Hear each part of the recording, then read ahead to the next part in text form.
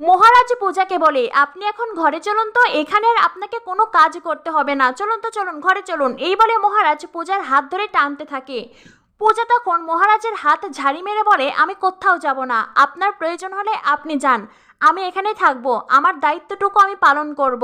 সোম তখন বিরক্তির সুরে বলে, উফ, খাবার সময় এত কিসের কথা, এত কথা বললে কি খাবার হজম হয় নাকি?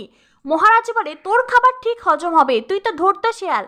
ও না না, ধূর্ত শিয়াল নয়, তোর তো নাম বদলে নাম রাখা হয়েছে গিরগিটি।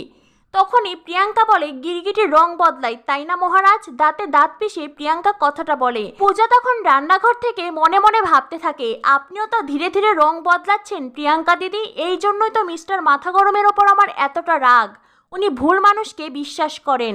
মহারাজ তখন রান্নাঘর থেকে এগিয়ে এসে বলে, প্রিয়াঙ্কা বৌদি, আপনি আমাকে কি বললেন? প্রিয়াঙ্কা তখন ছলনার হাসি হেসে বলে, না, বললাম তোমার ভালো নাম খুব সুন্দর। মহারাজ তখন মনে মনে ভাবতে থাকে, এই প্রিয়াঙ্কা বৌদির আবার কি হলো? তখন থেকে দেখছি আমার দিকে অদ্ভুতভাবে তাকিয়ে আছে, মিনি গোয়েন্দা বিষয়টা কি লক্ষ্য করেছে? এই বলে মহারাজ পূজার দিকে তাকায়। পূজা তখন প্রিয়াঙ্কাকে বলে, আচ্ছা প্রিয়াঙ্কা দিদি, আপনার কি হয়েছে বলুন তো? তখন থেকে লক্ষ্য করছি আপনি মিস্টার মাথা গরমের দিকে অদ্ভুতভাবে তাকিয়ে আছেন। না মানে যখন থেকে জানতে পেরেছেন ওনার নাম ঋগ্বেদ মুখার্জি, তখন থেকেই আপনার এমন আচরণ।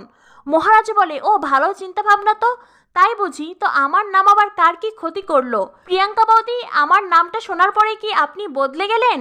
প্রিয়াঙ্কা তখন বলে, বদল অনিবার্য। মহারাজ তো কিছুই বুঝতে পারছে না, পূজাও বুঝতে পারছে না। মহারাজ বলে, মানে?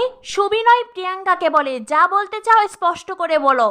পূজা বলে, প্রিয়াঙ্কা দিদি কোনো হেয়ালি নয়, যা বলতে চান সরাসরি বলুন।